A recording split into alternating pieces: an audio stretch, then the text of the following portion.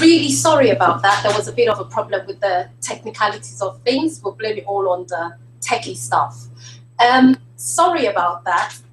There was an issue with the technology side of things, but hey, we're here back again. We'll blame it all on the techie stuff.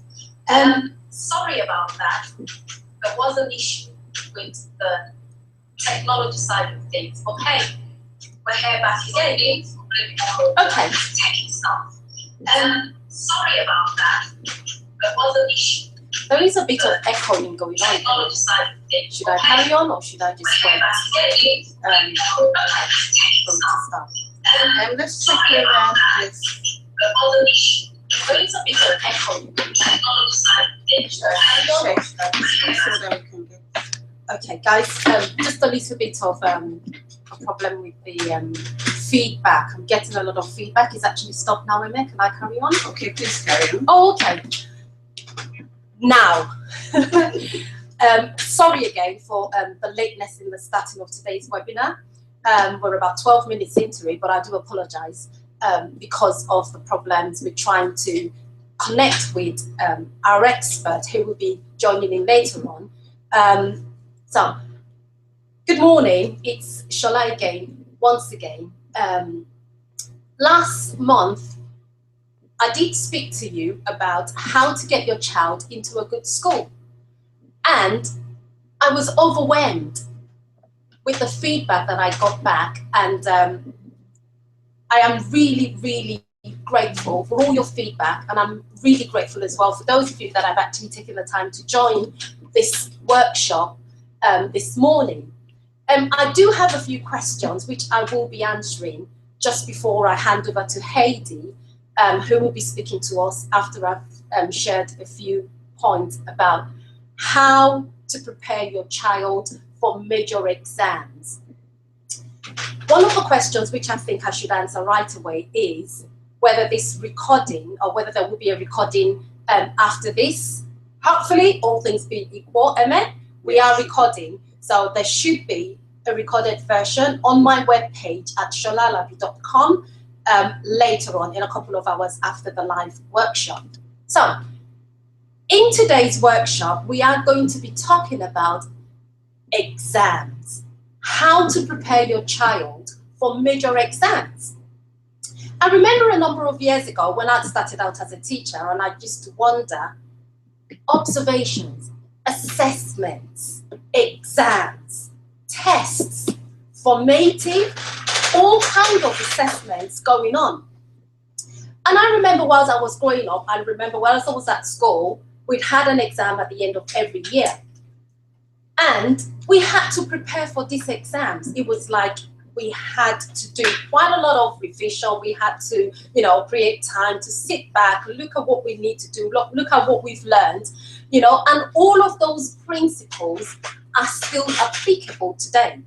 But the difference is making it a lot fun, exciting, so that our kids could actually do well in these exams. So the first aspect of this that I will be talking about, I just looked through my notes, is the major exams your child will have to write.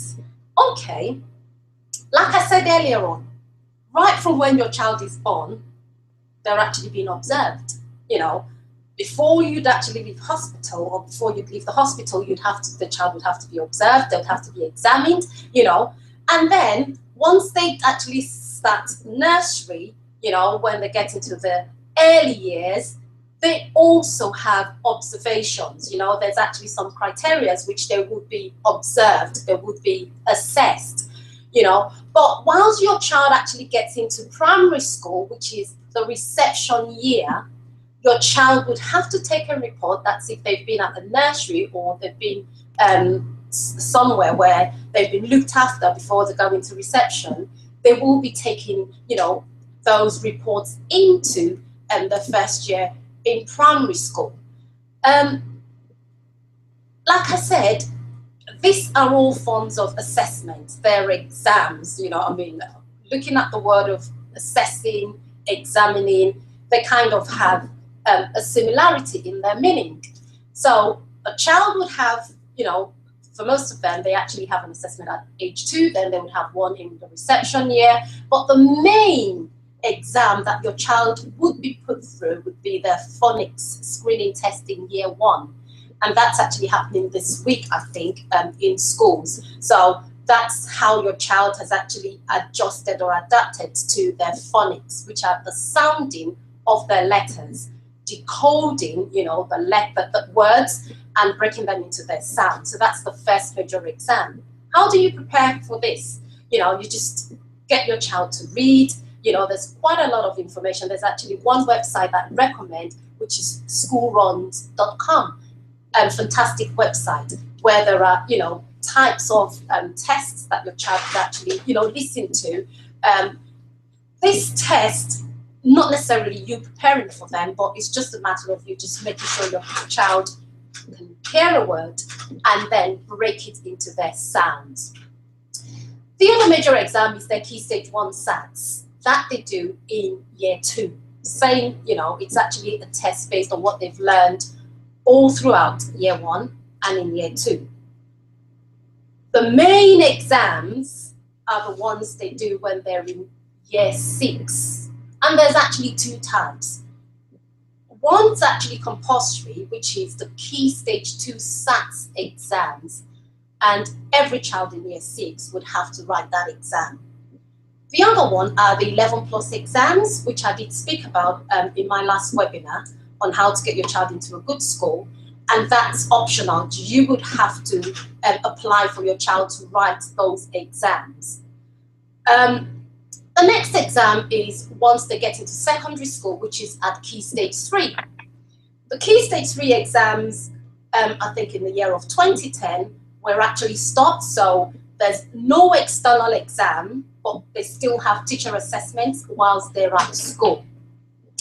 And then they go on to writing their GCSEs in year 11, and then they go on to writing the A-levels or the IB exams. So the reason why I'm actually, going over all the different types of exams or all the different types of assessments is just so you actually are aware that your child would have to go through some form of exam at different stages of their school life.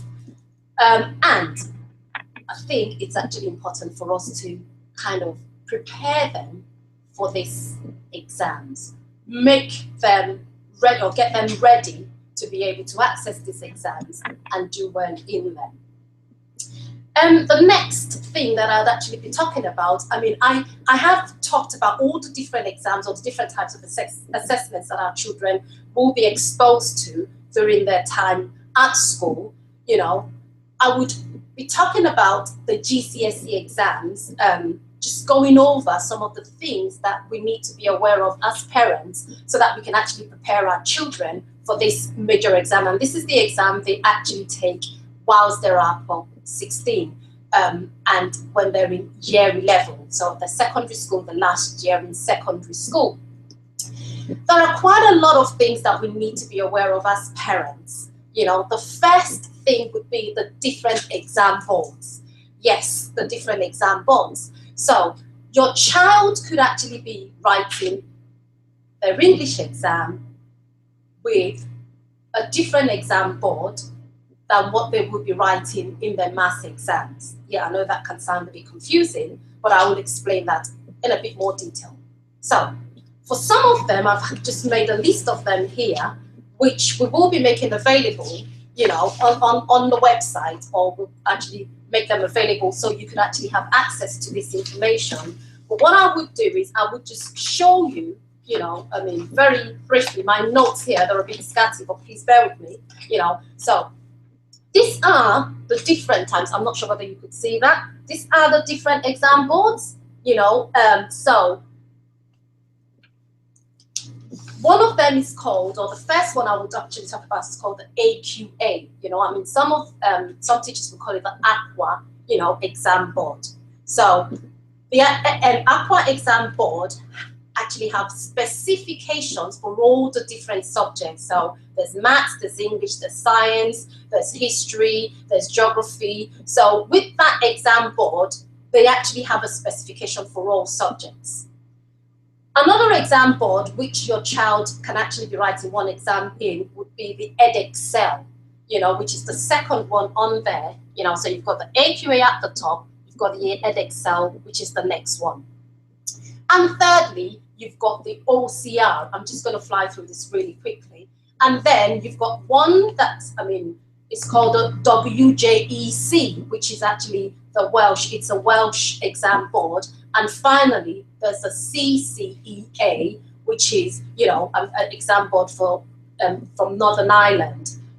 So schools would choose which exam board they would, teach your children. So it is very important that you'd ask your child's teacher, or ask your child to actually ask their teacher at school what exam board they've been entered for. Why it is important is the exam boards have specific specifications. And what that means is they have exactly what your child should be learning. So say, for example, in maths or in science, the AQA specification would say your child should be able to know that all plants, are living things. Your child should be able to know that the difference between a plant cell and an animal cell. So with each exam board, there are specifics of what your child should be learning. So in preparing for these exams, we as parents need to know which exam board your child is being entered for. So you could then match that with the specification. So your child is actually preparing for the specific exam.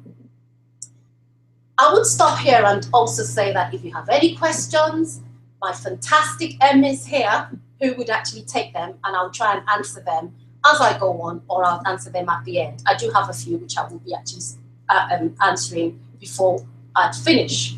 So we've moved on from the exam boards. We're moving, again, another important thing which actually would help us to prepare our children for these specific exams or major exams, which are the GCSE exams. That's what I'm actually speaking about now, is the exam tiers. So there's either, which is actually called, you could actually call them classes. So your child could either be entered for the higher exam or the foundation exam. Yes. And the reason why you need to know this is, if your child is actually entered for the foundation exams, they could only attain a particular grade. So the maximum grade that they can actually attain would be a C grade. Yes, a C grade. If your child is entered for the higher exams, then of course, they can actually achieve an A-star grade in their exams. So another key thing, if your child has been entered for a foundation paper, or for the foundation tier, there's no need, preparing him or getting them to prepare for the higher paper. So that's another thing we need to be aware of, which I found out, that whilst I was at school, we as teachers decide, that because of what this child is achieving, it's better to actually enter this child to take the foundation exam, which actually now puts a cap on that child, because the maximum grade that that child can actually get in that subject will be a C grade. I could give you an example. If I had wanted to go and actually study, dentistry at uni, and my daughter, my daughter wants to study dentistry at uni, and my daughter has been entered to write or to sit the science exam or the biology exam, then the maximum grade that my child can actually have in biology would be the C grade.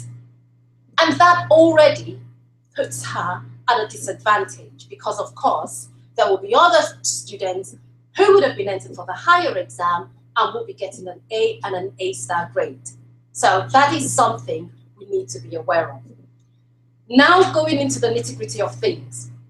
How could you prepare your child for these exams? Some of the things that I will be talking about today are things that you are aware of, the things that are very practical and very basic, but there is one thing that I actually think would determine success. And I think it's the most important thing in preparation, for major exams. And this is good planning. Planning for the exams. Planning to achieve your desired result. Planning, having a study plan. And what I'm actually going to do is I'm actually going to talk about this under a few different categories. I have an expert here with me who would actually be talking about another crucial or important aspect in the preparation for these major exams, and I will be introducing her and getting her on board shortly. But before I do that, I would just go on to actually talking about some of this. I'm just trying to get through my notes now. Some of the things that we need to do in preparation and making sure that we, prepare to be able to get the desired results for these exams. So going on to the preparation. So the most important thing you need to do well in any exam, like I said earlier on, is good planning. So number one, I'm actually going to run through this really quickly because I'm actually conscious of the time now. Number one is we need to develop a study plan. Okay. How do we go about developing a study plan? Before we'd actually develop the study plan, the first thing we need to know is our child's ability. Okay, how could you find out your child's ability? You could either look at your child's last school report. So, I'm actually talking about any kind of exam now. So look at your child's last school report. You could speak to your child's class teacher and find out, how your child is doing. So they will be able to tell you your child's strengths and your child's weaknesses. So that's number one. The second thing you could do is you could actually get an assessment done privately. So you could go to a tutor, or you could, find an assessment online and get your child to do that, which gives you an idea of your child's ability, their attainment, where they are at this point in time. Once you've known that, then you can set goals, you can set targets. And I would say this again, make sure your goals and your targets for your child are based on your child's academic ability. I know of, I've read of situations whereby kids are actually, being compared to other children, and at the end of the day, they're actually being stretched beyond their own ability. So I would say that very important. Know your child's ability by obviously getting an assessment done, and two, set goals, set targets. An example could be, I will be able, or I will make an A-star grade in my next maths test, and then once you've set the goal, you now have steps on how you're going to achieve this.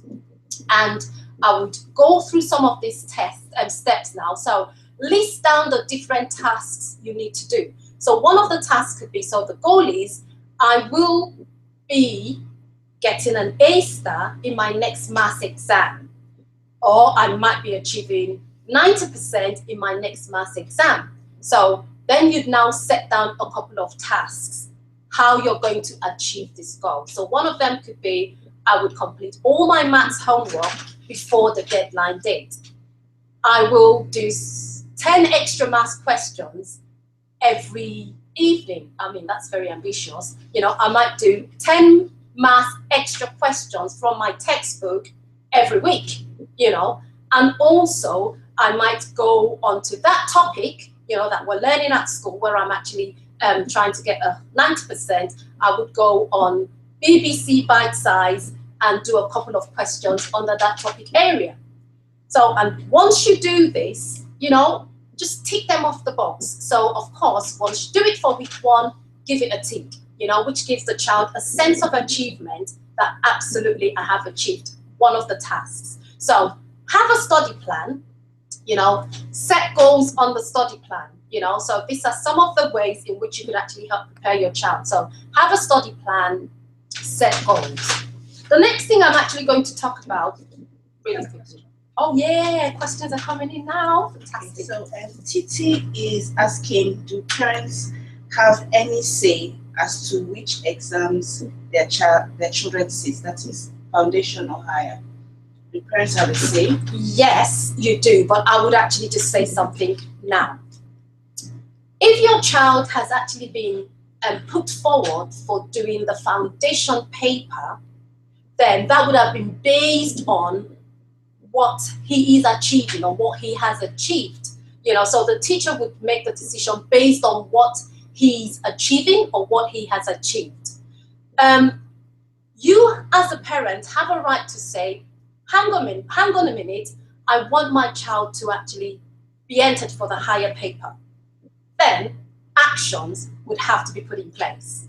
So what you would have to do would be support the child in one way or the other, because there has to be evidence and proof that the child can actually make the grade, or the teacher would need evidence to see that the child has actually improved from where he is at, where he or she had made the decision. So yes, you have a right to say, I want my child to write the foundation or the higher paper, but you would have to put some things in place to make sure that your child shows in their tests or in their assessments, that they can, they're making the grades and their assessment reports or that their marks are improving. Okay, so what I'm hearing here is that there's a difference between your child's ability and his achievement. Yes,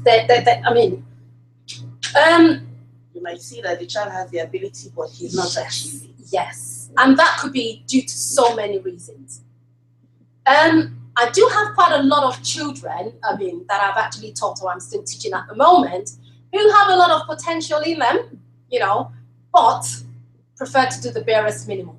I'll use my son as an example. Bless him, I love him to bits. But if I leave him to his own devices, I know what his ability is. I know that he's got a lot of potential in him. But if I leave him to it, he would get through the barest minimum. He is happy, to do the barest minimum, just get by. So that's why it is important to make sure that we put things in place to support them, have a support system in place, basically. So yes, a child can have the ability but not pull their weight. So of course, they're not really doing well in tests, but that could be due to a lot of other reasons as well. It could be nerves, which Hayden will be talking about shortly, during the exams or during the assessments that they're not actually giving it their best. So there might be so many reasons, why their ability is not evident in their test results. Does that answer the question, Emma? Fantastic. Okay, where was I? Yeah, so talking about the study plan, there are quite a few things. I did actually write a few things down. I'm just looking at the time now. Okay, yeah, so I give Heidi, the audience, that I'd said, there are quite a few things that I wrote down. I'm just trying to get through them. That one's been sorted out. That one's been sorted out. Yes, good. Having a revision timetable. That, I think, is another important, the study plan. Under the study plan, you've identified your child's ability. You've put, some things in place. Now, revision. Okay, I know that was a question. When is the best time to start? When is it the best time to start your child, if they have an exam? I always recommend the earlier you start, the better. So say, for example, if your child is in year 1 or year 2, they're learning every day. you know, so it's not a rigid process. They're learning every day. Just make sure that, you know, you're actually putting a bit of learning, making it fun, making it interesting, you know. But once they actually get into year 4, so say for example, towards the end of year 4, early year 5, you know, a year before the exam, I think, you know, 18 months, you know, 18 to 12, I mean, a year and a half, a year before the exams, have a structure in place. So you know what your child can cope with, you know their ability, you already have a study plan, you know, then set up a timetable. And what I'm going to share with you is just an example which you could adapt to suit, you know, your own situation or your own circumstance. What I do, you know, with my parents and my own children is we sit down and we have a plan. When my daughter was in, well, secondary school, she's just moved into sixth form, she used to come back from school, just about her travel used to, I mean, she used to get back, settle down at about 5 o'clock, 5:30.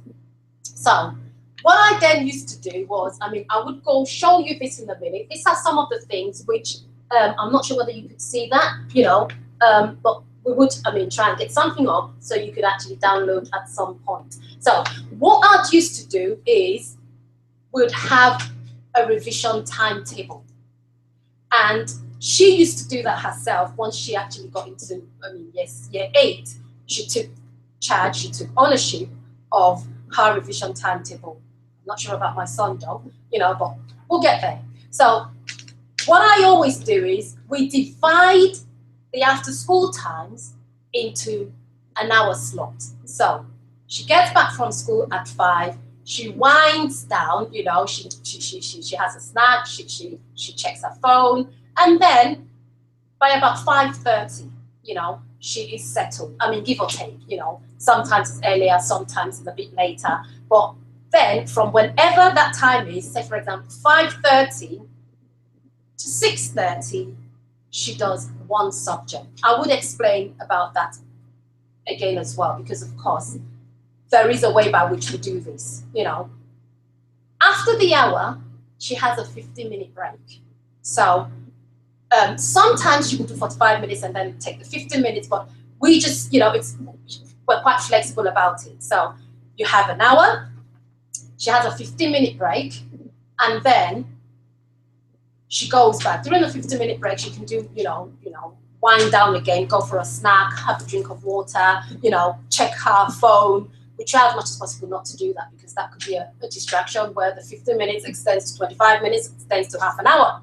So, and then she goes back and does another subject.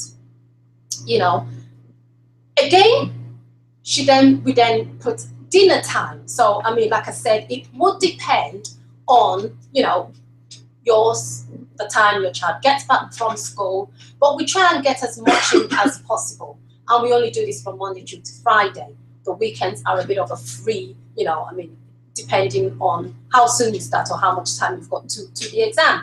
So this is an example which hopefully we should be able to get on. Thanks, Emma. So it's a scribble of what we use. That's my daughter, my son, you know. So for the different subjects as well, as you can see, we do not put the subjects because that could be a bit generic, you know. We are specific. That's another thing. So have the revision timetable, you know, make it as specific as possible, you know, because then they know exactly what to do. So that's chemistry, you know, which is the periodic table. So she's looking at her notes on periodic table. She's, you know, whatever method she wants to use, which I will be sharing about again, the different methods that we could use for revision to help to prepare for these exams, you know. And then, you know, she has the 15-minute break there. I hope my finger is on there, over there. She has the 15-minute break. And then, you know, like I said, depending on how soon they get back from school, you know, she then has dinner just after that, because then, like I said, she doesn't get back until about 5:30. She doesn't start, and then she puts the next hour slot, has a 15-minute break, and, depending on how much homework she now does that in the last hour slot. That's if she has homework from school, which she has almost every evening.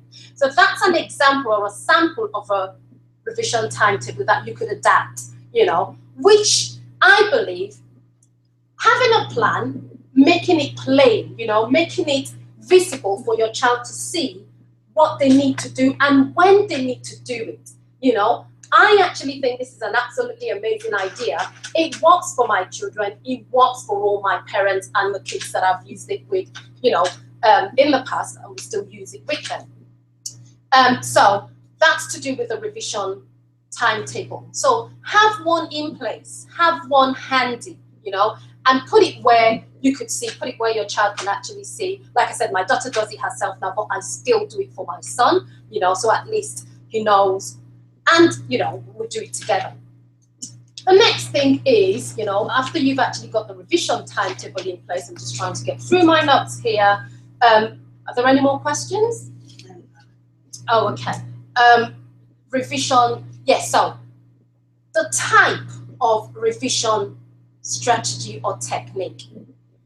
One thing I know is kids learn differently, Kids have different learning styles. So some of us are good at seeing things, some of us are good at hearing things, and some of us or some of our children are good at hands-on, doing things with their hands.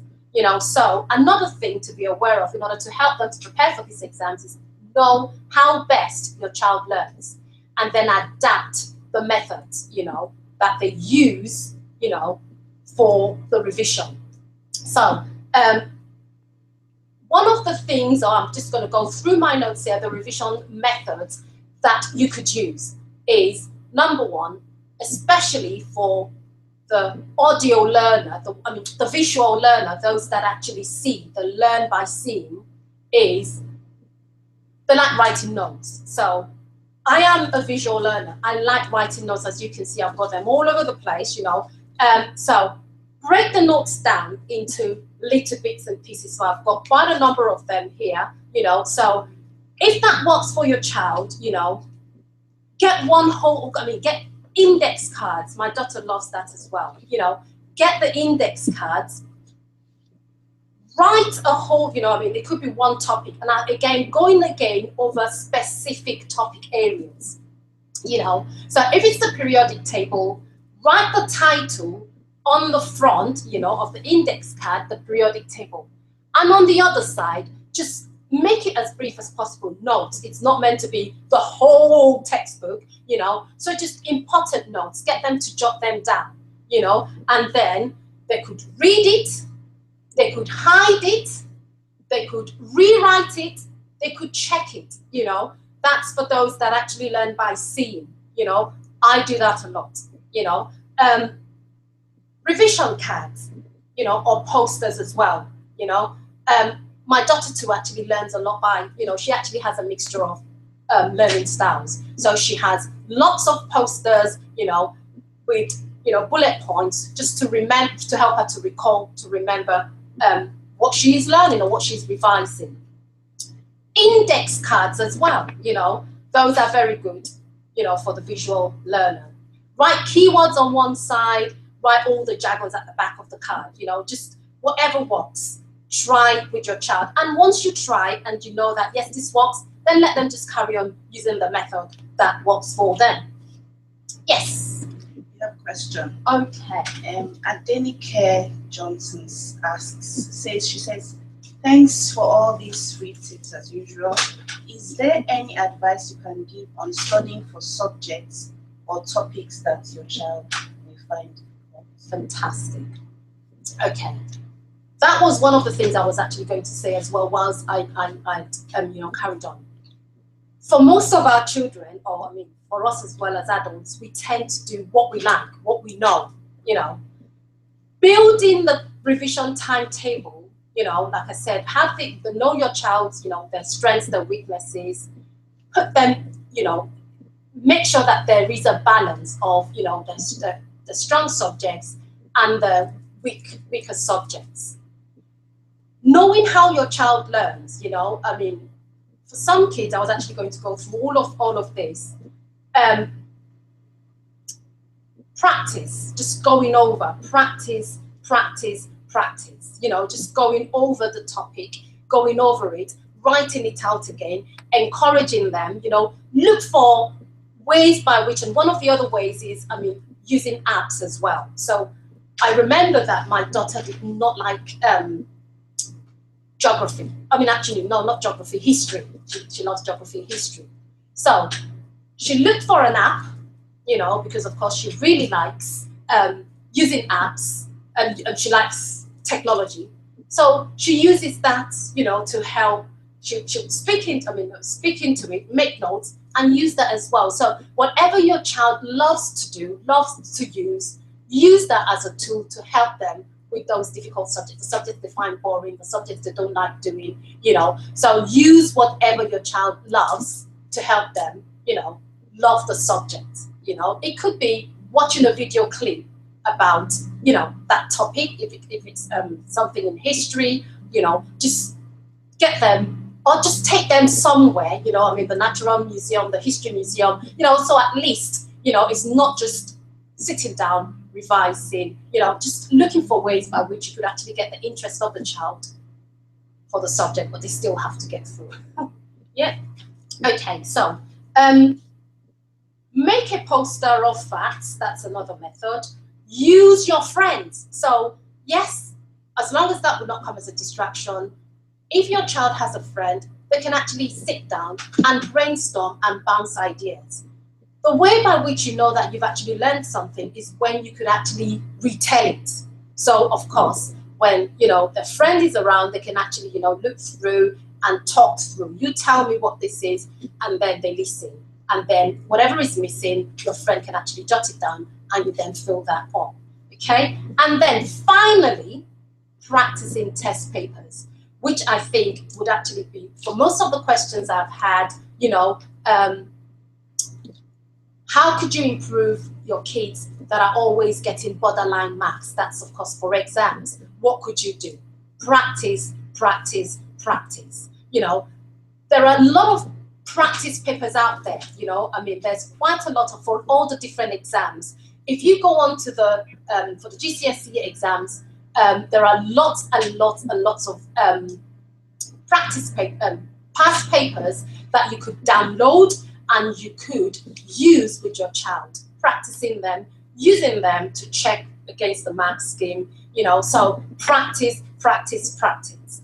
Somebody did ask a question, which I'm going to go on now before I hand over to Heidi, who is patiently waiting. Hi, Heidi. You know, is with the timing. I know somebody asked a question on send me an email with regards to timing. My child runs out of time during the test, or my child does not really work as quickly as they should, you know, when they're actually going through papers. One of the strategies that I have used, you know, and I am still using, is using a timer. And this is an example of a timer that I use with my children that I work with, and my own, you know, my son as well, when he was actually going through the exam, because he can take his time as well. So this would beep, you know, when he's got 10 minutes more. It would beep as well when he's got 5 minutes more. So it keeps them on their toes. So that could be a strategy that you could use. Again, with a lot of practice. Get your child in with a group of other children that are sitting the same exam. Because sometimes when they're on their own, they think they have the time in the world. You know, so look for other kids, you know, some of their friends at school, you know, organize a date where, you know, they can sit together and just walk through a few questions. That could also help your child realize that, oh, wow, you know, Jack has finished his questions, I'm still on number 2. But the timer at home is very, very important. Actually, I use this for everything. My son going into the shower, getting out, getting dressed, because he dreams. You know, there's nothing wrong with dreaming at night, but dreaming during the daytime when he's got to get moving, I think, you know. So we use this as well. We set 10 minutes, we set 15 minutes, And then, like I said, he actually warns him or alerts him when he's got 10 minutes left, or when he's got 5 minutes left. So that's a strategy you could use, you know, to help with the timing. Practice gets them to being perfect, you know. So that's another thing, practicing with the papers, using the timer, you know, once it beeps, he wakes them up, and then they get on and they finish it. So hopefully doing that over a period of time, we will get there, okay? That should be it for me for now, Emma. Okay, so now I am going to be introducing our expert for this morning. Actually, yeah, just about getting to the afternoon. I'm just going to say a few things, or tell you a few things about Heidi. I met Heidi, you know, online, and we'd actually met face to face. We had a meetup, and as soon as I actually, when I actually read about Heidi online, because one of the things that has actually been really a big concern for me is kids going through exams and coming back, I mean, and coming out not getting what they deserve, as in because of the nerves, or because of their anxiety, or because of them being afraid, they do not, you know, get the marks they deserve, and that could either, you know, stop them from getting the place into, you know, the school they want to get to. So whilst I was actually looking, you know, I mean, I came across Heidi, and I'm just going to read Heidi's bio. Heidi Woodgate is a qualified counselor and a cognitive hypnotherapist. She has experience working in schools and specializes in working with children with anxiety, and particularly test anxiety. So hey, her passion in this area has led her to develop workshops to help children understand and let go of anxiety, to increase confidence and learn simple techniques to help them to feel in calm, positive, and in control, that can not only help them in exams, but also in many other areas of their lives. So, Heidi, are we ready to go? Okay, now I'm actually going to get Heidi on, and she will be talking to you about, you know, how she can help, you know, our children, you know, so at least our children can actually get what they deserve once they actually get through exams. Okay.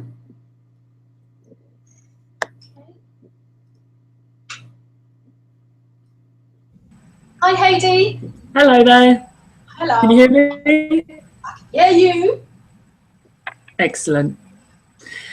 Okay, thank you for inviting me on today. It's been really exciting. I've really learned a lot from what you've said. My passion with children has come about, as I say, working in schools. I found there were children that were so nervous and anxious that they weren't able to achieve what they wanted to achieve. So I started doing a lot of research in the area, already working in anxiety anyway. There was a lot of things that became very clear that can help children come over this. So I just want to start a little bit first about anxiety. Most people have experienced it at some point in their life or have an understanding on it. But in the first instance, we are programmed for survival. So our mind is working hard to ensure that we're safe and not in danger. So what that means is it's constantly scanning situations, what we hear, what we see, noticing our feelings to check for danger. Anytime we feel nervous or upset, it will react. So when we feel there is danger, our body has two options, either to run away or to fight. And this is more commonly known as the flight or fight response.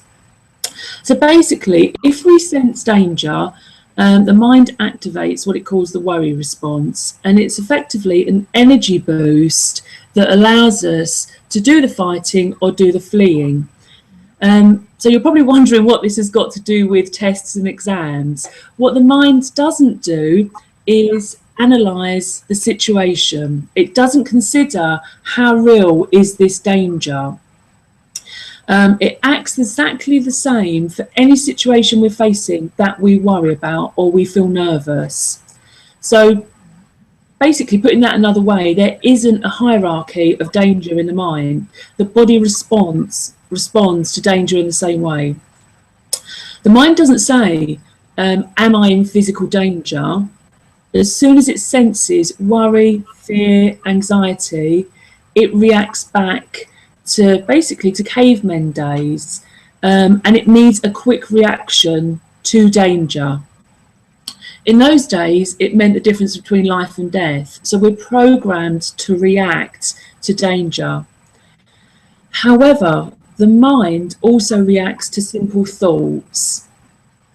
Thoughts like, I don't like this is going badly, I'm rubbish at tests, I'm going to fail, I'm going to let everyone down. Thoughts like that to the mind is danger. So it wants us to get away. So what it does is it gives us this dump of adrenaline so that we can run away or fight. However, this isn't appropriate for a test. A test we have to sit at and work through. It's great if you fall into a river and you need that boost of energy to get to the side. It's great if your friend falls over and you have to run off and get help. But it doesn't help in exams. But the same thing is happening to the body. With anxiety, our heart races, we sweat, we feel sick, we get wobbly legs. Most people are familiar with those symptoms. Most people know that that's the fight or flight. The body needs extra blood in the legs and the arms to run away or fight.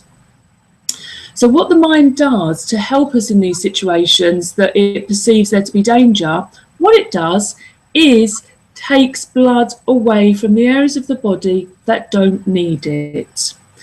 And as far as the mind's concerned, in danger, it takes blood away from the problem-solving parts of the brain. So this is where it's starting to fall into place now, and you can start to understand how anxiety affects tests. Because it believes that in danger, we don't need to solve problems, we don't need to analyse things, we simply need to respond. So the problem we have is if a child is anxious about a test, if it's worried, if it's not going very well, if they're running out of time, if they're afraid they haven't prepared enough, or if people seem to be answering more than what they're doing, the body reacts as if it's real danger. So the heart starts thumping, blood pumps around the body, starting to sweat. As I said, the mind takes blood away from the parts of the body we don't need it. The problem-solving part of the brain isn't needed in danger. However, it is needed in a test. So blood comes away from that part of the brain and it goes to the legs and the arms. So what happens with a child in a test? It means they can't answer the questions. Their problem-solving part of the brain effectively becomes disabled because the mind senses danger. They can't recall information, they can't think straight, they can't analyse, they can't rationalise, they can't find the logical answers. It takes much, much more effort to find the answers because the mind isn't working effectively. So this happens because danger is sensed, and danger is simply thoughts of worry. I don't like this, I'm struggling, I'm running out of time, I can't do this, I might fail. All of those thoughts, each and every thought will have a dump of adrenaline running through the body. So as I said, it takes the blood away from the brain. So this is why it is so important to deal with anxiety, because research has actually shown that anxiety can affect exam results by up to 12%. Some studies have shown it to be even higher than that, but 12% is massive, and it can be the difference between a pass or a fail. So, sorry, Hayley, can I just ask a Actually just going and listening there. So what you're saying is, if a child is afraid, that could affect their performance. Absolutely. Or how would you be able to, the child, before the child goes through the exam, how would you be able to tell that the child might suffer, or the child is fearful or anxious? Yeah, great question. The way of telling if they're going to be anxious is normally their behaviour, the way they act, their fears come through, and the things they say. You know, you can tell by someone's voice. If you said to someone, how do you feel about the test? They might say, oh yeah, it'll be fine, it'll be all right, or yeah, it's okay, I think I've done enough. They're the more positive responses. If someone says, I'm dreading it, I'm really worried about it, I don't think I've studied enough, or simply I hate tests, is enough to set off that worry. So in the first instance, it's trying to deal with the worry, with the fear. It's what can we do to change those thoughts. It's about sort of saying, you can't change the fact that children have to sit tests. They have to sit tests, but what you can do is change the way they think about it. So ultimately what I'm looking to do with children is to say, you don't have to love a test, but know that actually you're okay. If you're okay, you don't worry about something. So it's not about saying you're going to love it or enjoy it, but it's saying, I can do this and I can do it to the best of my ability. And that's taking away the fear. So it's challenging the negative thoughts. So if someone says, I can't do this, it's like saying, really? Can you not do this? Let's look at the evidence to prove it. Let's look at the evidence that counteracts it. Let's look at the areas or the times that you have done well. And it's almost like collating evidence to prove the negative thoughts. Once you've been able to start changing those thoughts, it's then easier to build the confidence. You can't build confidence in children that are anxious because it's like a clash. They're opposite feelings, and it's really hard to build up confidence all the time people are worrying, because they'll effectively wipe out that confidence. So it's important to deal with the fears. It protects them from that fight or flight response. If you can't deal with the fears, if you can't increase their confidence, there's one way of trying to deal with the anxiety whilst it's happening, and it's a breathing technique. Now, breathing is massively researched. It helps in anxiety, you know, all sort of situations that cause worry. It will start to regulate what's going on in the body. There are millions of breathing techniques. One particular one that I like, that I use with children because it's easy to remember, is a technique called square breathing. And if you think of sort of a square, and children can picture a square, and you say you breathe in for 4, and that's the sort of going across the top side of a square. You then hold the breath for 4 and count down. Breathe out for 4 across, and then hold for 4. I've got a picture like your pictures. I don't know if that you can see that, but it's basically everything is on the count of 4. So you breathe in for 4, 2, 3, 4, hold for 4, and breathe out for 4. Hold for 4, and in doing that, it starts to regulate the body. It will start to put the heart rate back to normal. The blood will start pumping through, and also whilst that's happening, the negative thoughts, the anxious thoughts, will be put to one side because the child is focusing on the breathing. It's calming. and it allows them to take a moment to reset and focus. And as I say, if the body's starting to return to normal, it's easier to then focus on the questions. It will also encourage the blood supply back to the brain. So what I say to people is, if you do nothing else, square breathing will actually help during anxiety. It's the one thing that will actually start to reverse the symptoms of the fight or flight. It will reverse the blood coming away from legs and arms. It will slow down the sweating, the dry mouth.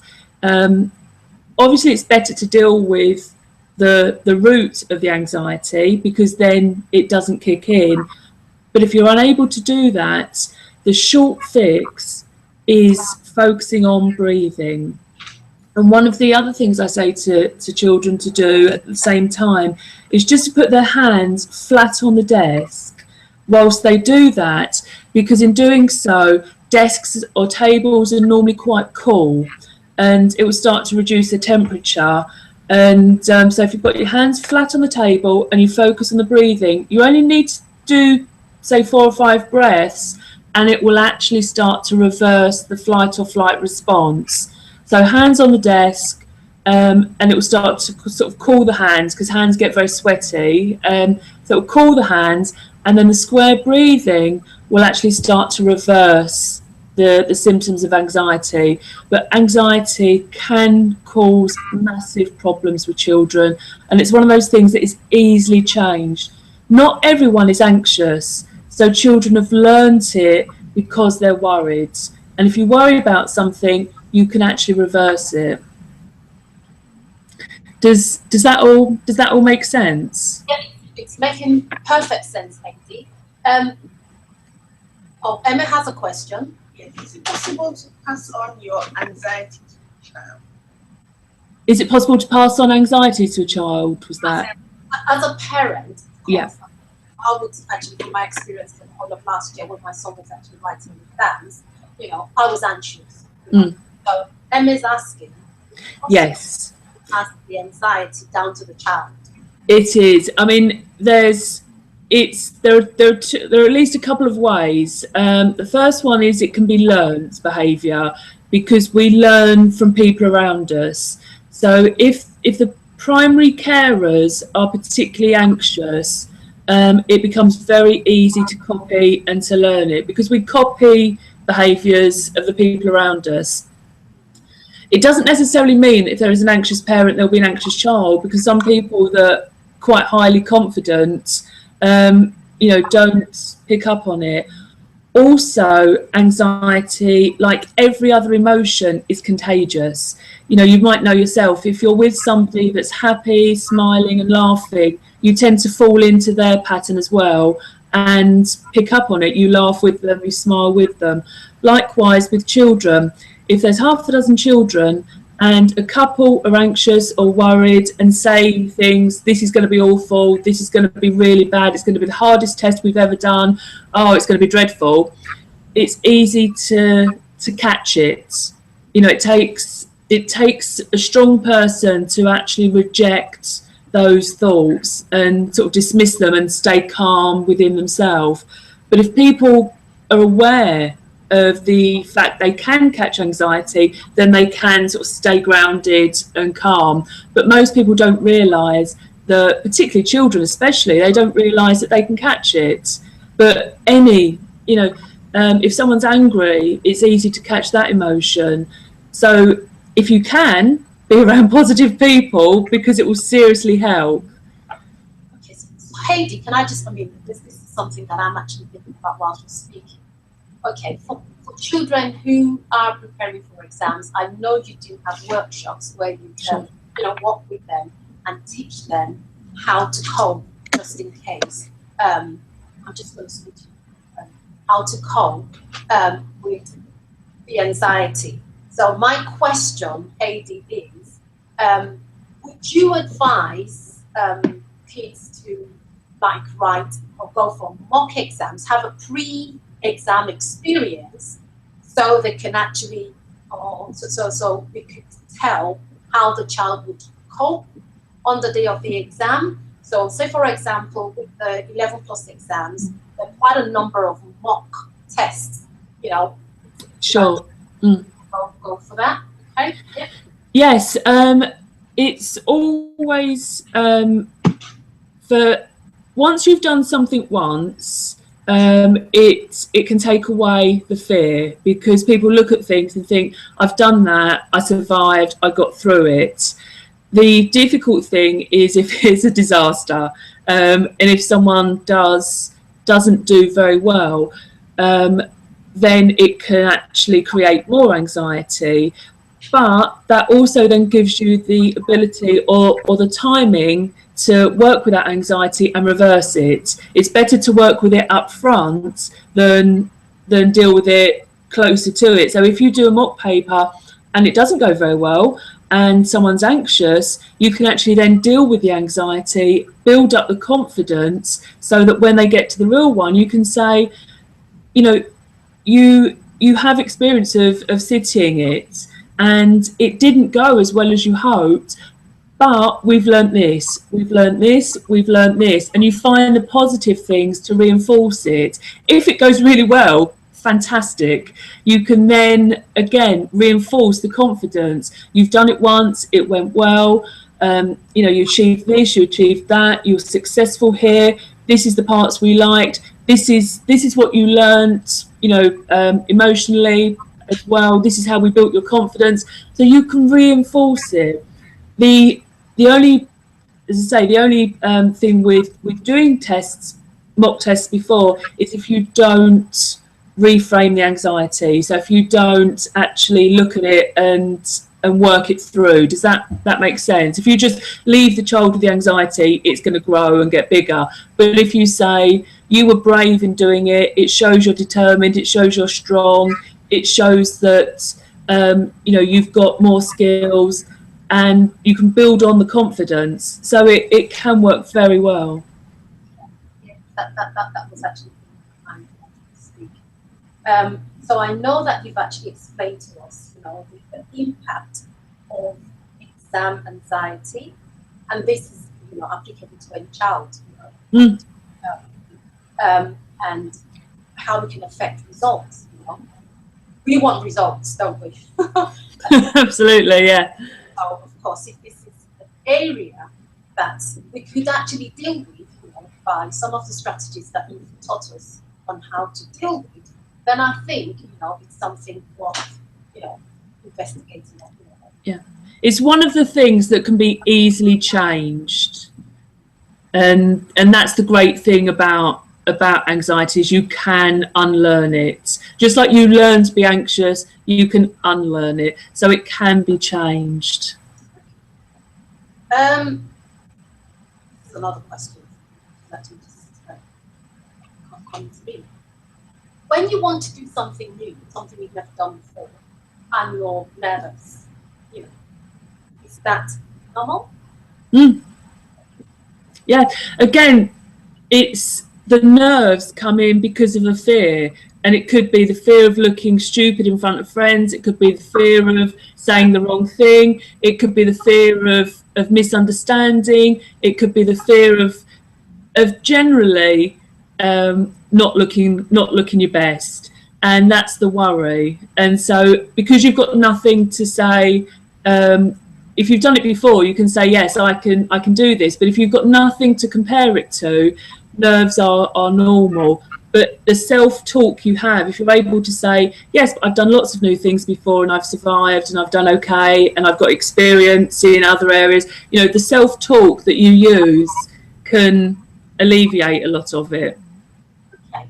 Yeah. So thank you very much, Heidi. Have you got anything else to add before I just say one or two things? I know Heidi's running 2 workshops in July. Yes. Yeah. And this the 11 plus, those who will be writing the 11 plus exams in September. Yeah. So if you would want more information, Heidi, did you want to share a few words about that? Yes, thank you. The workshops I'm running are 3 hours. I'm based in Gravesend, and they're at the Asda store. and they say they're 3 hours and they're focused on those three things I mentioned. It's getting rid of the anxiety, increasing confidence, and then finally more techniques if you get overwhelmed when doing it. But they're fun as well. It's not just heavy information. It's it's a fun time. I've got a website which is Test Confident, and there's all the details on there. But if anyone wants to, chat things through, I'm more than happy to answer any questions as well. Testconfident.com. That's right. Yes. Okay. Emma's she's trying to chat. Yeah. So, thank you very much, Hayley, for joining me. Thank you for inviting me. Thank you so much for what you've shared. I mean, I know you've actually shared 2 of the techniques, which, honest, I'm going to start using myself or my kids. On myself as well. Emma is also saying she would start using them as well. Like I said, Emma's going to put your details on. So if people would like, to actually get in touch, they could do that. So thank you very much, Hayley. But just before we round up, how much time have you got, Emma? 12 minutes. What I'm just going to, do whilst I'm rounding up is I'm just going to share just about 7 practical tips, just to help our children, whilst they're preparing for any kind of exam, So the first one, they're actually basic, simple, but very, very important. They need to get enough sleep. So what is recommended is between 6 and 8 hours, nothing less than 6 hours, And why they need to sleep is if you sleep well, then of course your memory, you can actually remember things better, So sleeping, getting enough sleep. The next thing, which I would not be very happy if I did not mention, is for the older kids, the kids that are always on their phones. Thank God for apps, There are a number of mobile apps that your kids could actually use, to help with preparing for these exams. Some of these apps help your child to control themselves, which my daughter uses, because of course, being able to control yourself, is very, very important. So I would actually Emma, would we be able to get a list on as well? So that is a list of all the different apps, there is one which actually helps for self-control. There is another one which would actually help to get them up, an alarm clock which helps them to get up, and once they don't get up, it gets them to actually do a simple maths problem. So whilst they're actually snoozing and getting out of bed, they're also revising, I would just read the other ones out. The Oxford Dictionary, I do have it on my phone. It's a app that your child could actually carry. If they get a word that they don't understand, or they're in English, or they're in literature, and the teacher actually says a word they don't know the meaning of easily, or when they're revising, they could use that. Babylon, is an online translator, so that could be used for revision for their language exams. There is Angry Words, which is like a Scrabble that they could also use to help them exercise their mind. So that takes them away from, the tedious, boring stuff, but, it's also helping their cognitive skills. And the last one, which I'm actually going to round up on with the apps, is called Go Conquer. That one is, oops, can I get it on, Emma? I'm trying to get that one up. Yeah, it's called Go Conquer. Which I don't like the way it's looking. Anyway, what Go Conquer does is it creates mind maps. It actually creates flashcards. It creates online notes. So rather than them having to write in, these things down, there is an app that can help them do these things. It also creates quizzes. I know my daughter uses that as well. I remember when she was doing her biology exam, she used that, to create a quiz, to create a number of quizzes, online notes, and so on and so forth.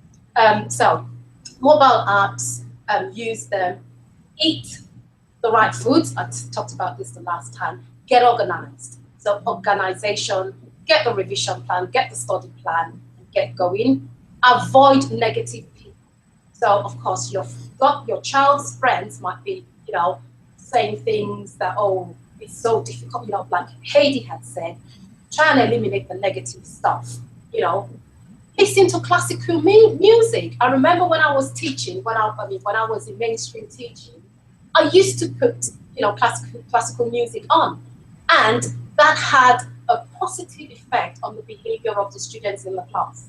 It helped them stay focused. It helped with their concentration. So when your child is listening to music, when you see them tapping from side to side, then that's not the right type of music.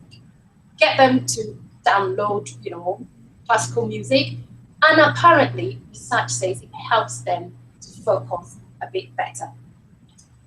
Last but not the least on these practical tips is get some exercise, regular exercise. There's some apps as well, that they could download, as long as they get moving, so of course sitting down, going through notes, writing things down, is actually it could be restrictive. Get them out, get them to do some exercise. And to be honest, if you put some of these things in place, I'm sure they would love you for this, especially the apps. Just say to your son or your daughter, you know what, I've got some apps. I'm sure most of them would know this and they would be using it. Or putting the phone to good use whilst they're revising. And trust me, they will be making their way to success. So, yet again, I would like to say thank you very much for listening in. I would like to say thank you very much, Heidi, for joining me. And also, I would like to say thank you for Emmett for all the hard work. Until next time, the recorded version will be made available. I know I had quite a number of emails asking whether that will be made available. That will be made available and should be on the website or on my webpage in a couple of hours. I hope I've answered all the questions with regards to the timing. Use a timer. Get them to keep practicing and practicing and practicing. Kids who are actually on borderline maths as well, practice, do lots of exam papers, corrections actually. Once you do the test, that's another thing. Make sure your child actually goes through the correction.